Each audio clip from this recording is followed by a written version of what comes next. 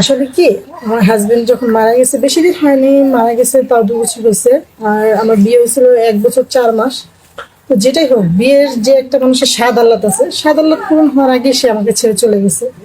আল্লাহর কাছে দোয়া করি সে যেন বেহেশতে নসিব হয়। আর আমি কি বলবো বুঝতে পারতেছি না, মনের যে আবেগটা, এই আবেগটা এখন আর কি অনেক কষ্টের হয়ে রাখতেছি, কারণ ওনার কথা যখন আমার মনে পড়ে তখন অনেক কষ্ট হয়।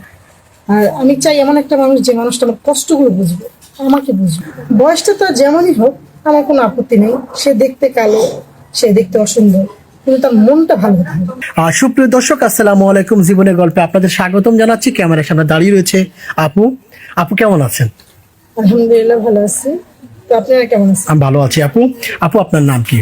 আমার নাম মোসাম্মদ সুমাইয়া। সুমাইয়া, দেশের বাড়ি কোথায়? নওগাঁ। নগর। সুমাইয়া, বর্তমান আপনার বয়স কত? 25 বছর। 25 বছর। আমি শুনেছি অফ ক্যামেরাতে আপনার হাজবেন্ড গাড়ি অ্যাক্সিডেন্টে মারা গিয়েছে। উনি কিভাবে মারা গিয়েছিলেন?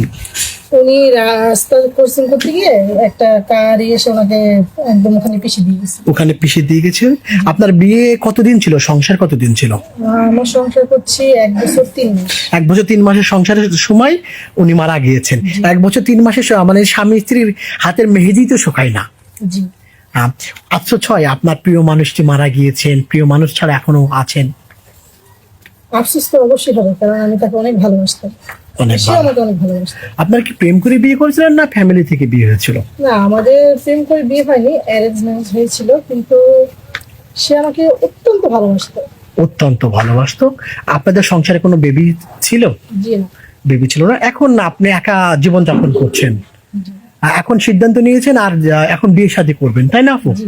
আর বিয়ে শাদী কেমন ধরনের জীবন সঙ্গী চাচ্ছেন বা কেমন ধরনের একজন মানুষ চাচ্ছেন?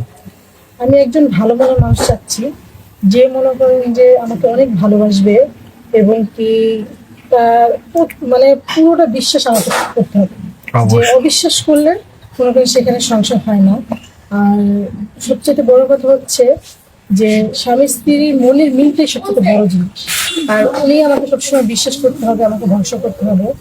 আর আমি এমন একটা মানুষ আছি, তার মা বাবা না থাকে, কেউ না থাকে, সেটাও কোনো কথা না। মা বাবা থাকলে আমার কোনো সমস্যা নেই, কারণ শ্বশুর শাশুড়ির সেবা যত্ন করা ভাগ্যের ব্যাপার। অবশ্যই, সবার ভাগ্যে কিন্তু হয় না। জি জি জি।